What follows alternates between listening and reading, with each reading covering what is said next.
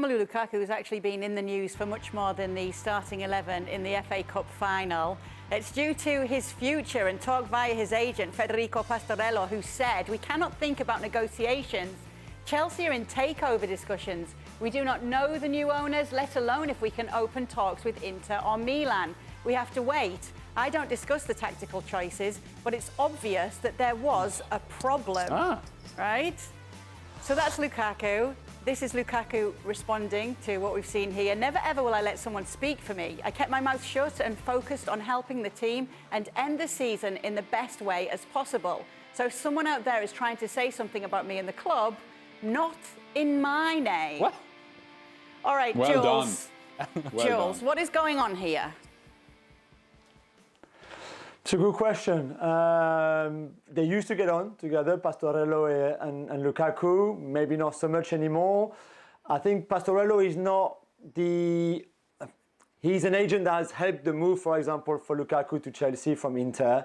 They've worked together for a long time, but I believe they're not as, I think Pastorello is an intermediary now in the career of Romelu Lukaku, not the official sole agent, if you want, for example. And that, for me, that's how I interpret as well the reaction from Lukaku. Or like, okay, you've helped me before, and there's no doubt, and I think they are still friends. But right now, this is a different matter. It's a matter that me, on my own, can also decide what to do, and you can't talk and say to people what I'm thinking right now. And I think that was right from Lukaku. The problem is this is the wrong timing again. This is not what you want on the eve of an FA Cup final when you have a chance to play, when you've been on good form. And again, all of this is coming like a parasite around you and around Chelsea and your future. And people talk about you more about that than about the final the following day. So this is the story of Lukaku's season, really. Timing has been a big problem for most of it.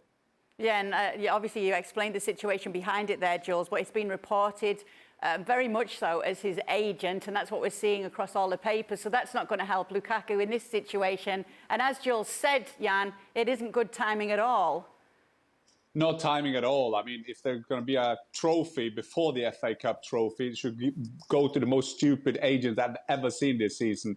Doing that, when Lukaku was told off after he did that interview, Lukaku has kept his mouth shut. I think he responded brilliantly here. And there are some agents out there, or there are some football people out there who doesn't know anything about timing. I can't see any way that will help this agent except getting some quotes in and around the football world. Because this is so stupid. This is a reason to be fired. And if he is employed by Lukaku, he should be gone. And like I said, Lukaku done well, responded straight away.